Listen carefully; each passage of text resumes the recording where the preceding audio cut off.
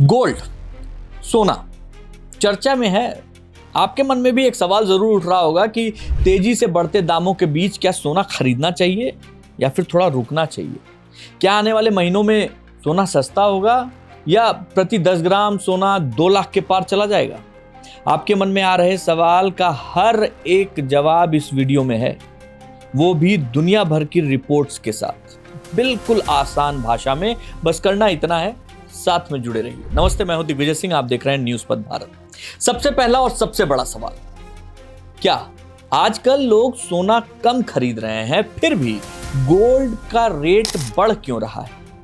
World gold council की report से इसको समझते हैं। इस रिपोर्ट के मुताबिक जो रिपोर्ट कहती है कि पिछले 3 सालों में कुछ बैंकों ने हर साल 1,000 टन से ज्यादा सोना खरीदा है। ये सभी अलग अलग देशों के केंद्रीय बैंक हैं।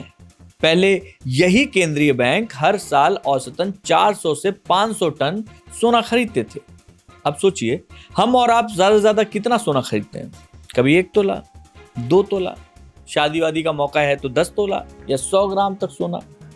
लेकिन दुनिया के ये बड़े बैंक हजारों टन सोना खरीद रहे हैं, इसलिए गोल्ड के भाव बढ़ रहे हैं, इसमें कमी नहीं आ रही है। सोने की खरीदारी में हमारा देश पीछे नहीं है, हमने भी बड़ी मात्रा में सोना खरीदा है। हमारा पड़ोसी मुल्क चीन भारी मात्रा में सोना जमा कर रहा है भाई साहब। मतलब अब आप सोच रहे होंगे कि ये देश ऐसा कर क्यों रहे हैं। इसका जवाब है, दुनिया में तनाव बढ़ रहा है, युद्ध का माहौल है, क्योंकि इससे शेयर बाजार में निवेशकों का भरोसा कम होता है। युद्ध के माहौल से निवेशक घबराते हैं। ऐसे समय में निवेशक सबसे सेफ यानी गोल्ड में निवेश करते हैं और सोना महंगा होने लगता है। इसके अलावा एक और बड़ा कारण है डॉलर का कमजोर होना और डॉलर के बदले दुनिया के देशों का सोना रिजर्व रखना, क्योंकि डॉलर पर अमेरिका हावी होने लगता है।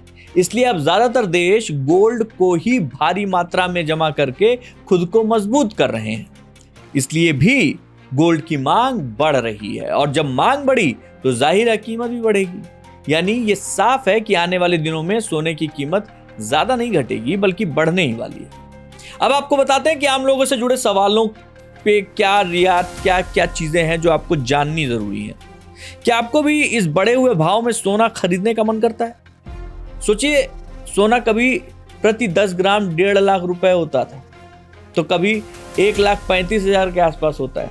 ऐसे में कंफ्यूजन तय है, आखिर सोना कब खरीदा जाए। डर इस बात का भी लगता है कि सोना कहीं 2 लाख के पार न चला जाए, इसलिए मन करता है कि अभी जितने घर में पैसे हैं कम से कम उतने का ही ले लिया जाए। एक उदाहरण से आपको समझाने की कोशिश करता हूं। मान लीजिए आप किसी दुकान में, आप सोना खरीदने के लिए किसी दुकान में, सोना को किनारे रख दीजिए, जैकेट खरीदने जाते हैं आप किसी दुकान पे। उसका दाम साधारण कीमत से 5 गुना ज्यादा है। कितना? 5 गुना ज्यादा है। क्या आप इस डर से उसे तुरंत खरीद लेंगे या ये सोचकर कि कहीं ये जैकेट और महंगी ना हो जाए? जाहिर है इतनी महंगी जैकेट नहीं खरीदेंगे क्योंकि ये बहुत ज्यादा है।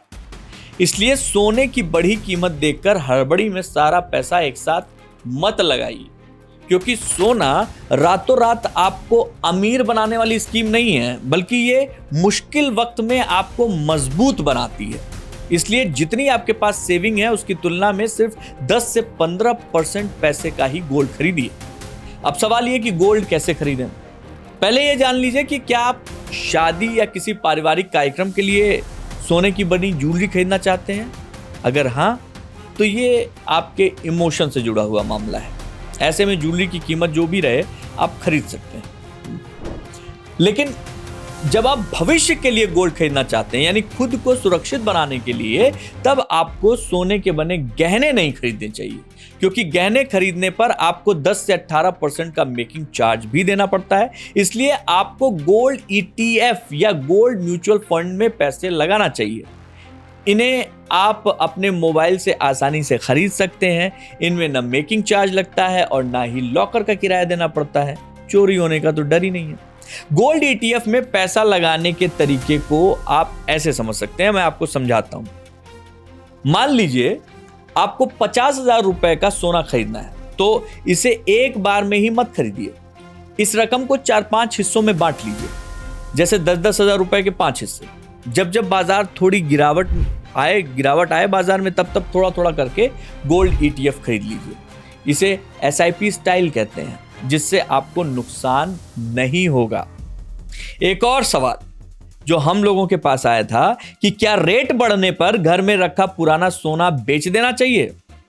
भैया बिल्कुल नहीं। भारत में पुराना सोना मुश्किल वक्त का सबसे बड़ा सहारा होता है। इसे सिर्फ तभी बेचिए जब कोई बहुत बड़ी इमरजेंसी हो या किसी प्रॉपर्टी जैसे एसेट में बड़ा निवेश करना हो। अगर आप इस तरीके से चलेंगे तो सोने की कीमतों के उतार चढ़ाव के बीच भी कभी परेशान नहीं होंगे। क्या आपने सोने में निवेश की कोई योजना बनाई है? कमेंट बॉक्स में बताइएगा जरूर, क्योंकि यह बहुत जरूरी है कि आप क्यों और कब और किस लिए निवेश करना चाहते हैं। ऐसे इंफॉर्मेटिव वीडियो के लिए हमें फॉलो जरूर कर लीजिएगा।